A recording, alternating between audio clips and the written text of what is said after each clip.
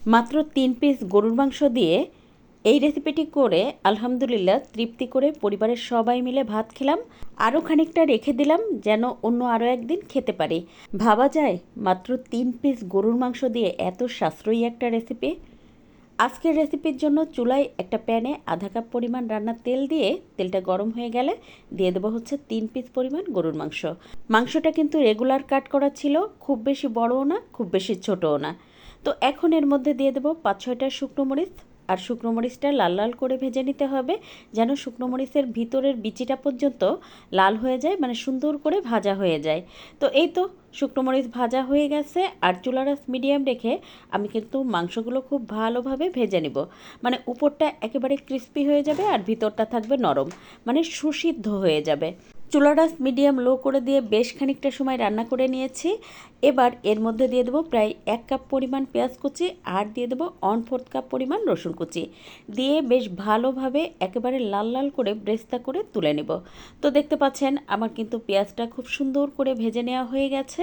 এবার তেল ঝরিয়ে পেঁয়াজ রসুন আমি খুব ভালোভাবে তুলে নেব।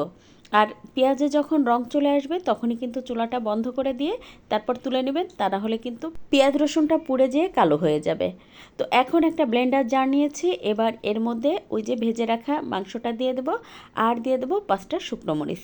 তারপর বেশ ভালোভাবে ব্লেন্ড করে নেব। আমি একটা পালস দিয়েছি, এতে করেই কিন্তু বেশ ভালোভাবে ব্লেন্ড হয়ে গেছে। আর এটা কিন্তু আপনি চাইলে শিলপাটায়ও বেটে নিতে পারেন। এবার চুলায় ওই একই প্যানে সামান্য একটুখানি তেল দিয়ে এর মধ্যে দিয়ে দেবো আধা চা চামচ করে ধনে গুঁড়া, হলুদ গুঁড়া আর দিয়ে দেবো হচ্ছে জিরা গুঁড়া। এবার একটুখানি মশলাটা ভেজে নিয়ে এর মধ্যে দিয়ে দেবো ওই যে ব্লেন্ড করে রাখা যে মাংসটা ছিল সেটা। তারপর নেড়ে মিশিয়ে দেবো। এখন এর মধ্যে দিয়ে দেবো আগে থেকে ভেজে রাখা পেঁয়াজ রসুনের যে ব্রেস্তা ছিল সেটা। তারপর চুলার আঁচ মিডিয়াম রেখে 2 মিনিট মতো ভেজে নেব। এবার এর মধ্যে দিয়ে দেবো সামান্য একটুখানি লবণ, এতে করে টেস্টটা খুব ভালো আসবে। তো দিয়ে আরও 2 মিনিট মতো খুব ভালোভাবে নেড়ে মিশিয়ে নিয়ে এখন এটা নামিয়ে নেব। আর এটা যখন ঠান্ডা হয়ে যাবে তখন একটা এয়ারটাইট জারে রেখে দেব। তো সবচাইতে ভালো হয় যদি কাঁচের জারে রাখা যায়, তাহলে কিন্তু এটা বেশ ভালো থাকে আর গন্ধ হয়ে যায় না।